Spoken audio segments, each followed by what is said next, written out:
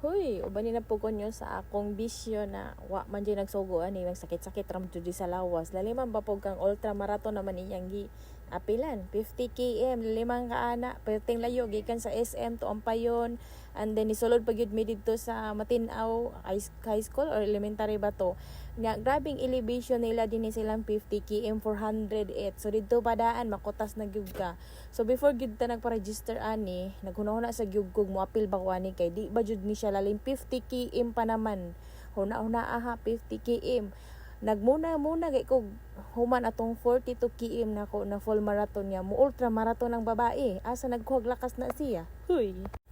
Mao to akong pamilya akong giingnan na mo apil lagi ko aning ultra marathon 50 km. So niingon jud sila na amo tug makaya nimo kay ikaw kay kamay mo run and then wala magini mo na human ang 42 din mo apil kag 50 huno na 50 na wagi ka kauman sa 42. So didto padaan murag nabigo na gyud ta kay negative na dayon. So nako isa ka igsuon na bae ako siyang ingnan siya ra jud naging positive ningon siya na i-try para mapatunayan nimo na kaya gyud nimo. Ayun na nang mister so didto gyud ko nagkuag lakas na mugo na lang ko balag siya ra jud ni uyon sa ako. Kaysa giingon pa nako pag di na ko kaya di na jud nako pugson mo surrender na jud ko. Kaya anong pugson man jud nato ni nawa may nagsugo. Huy. Tapos napay mo ingon sa ako, ano sa naman jud nakaon nimo apil man jud ka ng 50 km kapoy-kapoy man lang jud ka. So kung dili nimo kaya surrender lagi ha. Dili magpakahero kay walay 1 million dito sa finisher para imo gyud na siyang tapuson. Siningon ko na, basta ako lang jud i-try akong best kay para mapatunayan ako sa ko galingon na kaya jud ay nako. Dili ko mo apil ani para patunayan sa mga tawo nang basya ako. Kay bisag maghimo kog tarong diri og mali, ang ilang makita isang mali lang jud kay kana ng mga tawo naa jud na sila kasuko sa ako pero dili nila mapagawas atong wala ko nahimo na sayop. So nakahimo kog sayop na 2 km didto nila gibuntong ang ilang mga kasakit ug unsa man na ilang mga kasuko na wa man ta kahibaw. Huy.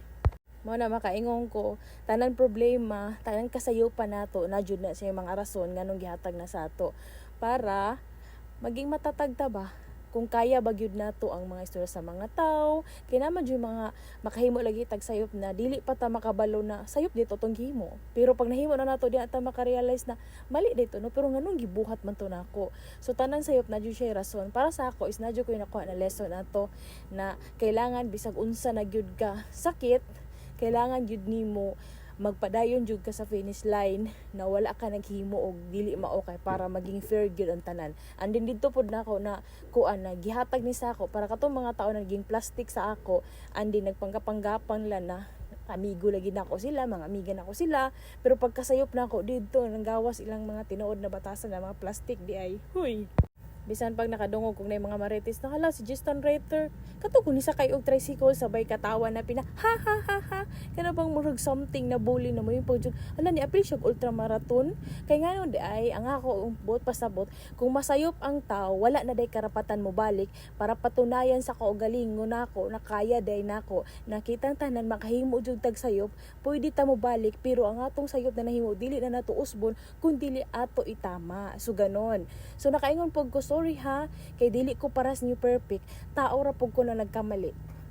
Mao to sa mga ubang tao din ha nakahimo og sayo pero nahadlok kay ang mga istorya sa mga tao grabe na kini ra jud akong ika-istorya sa inyo kung unsay mga istorya sa mga tao ayaw jud mo kahadlok og balik na para itama inyong kaugalingon kay ato ning buhaton dili para sa ila kun dili para i-prove sa ato kaugalingon na kaya di ay nato gihatag ni sa ato para maging strong ta na ipatunayan sa ila na ilang mga istorya is wala ra na kay naa gihapon na sa atong kaugalingon.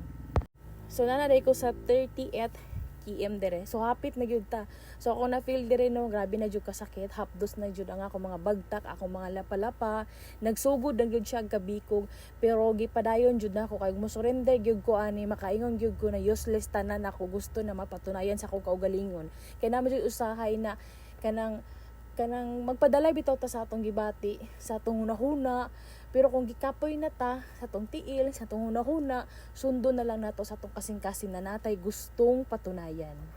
So dire hapit na jud 43 km na gyud ta.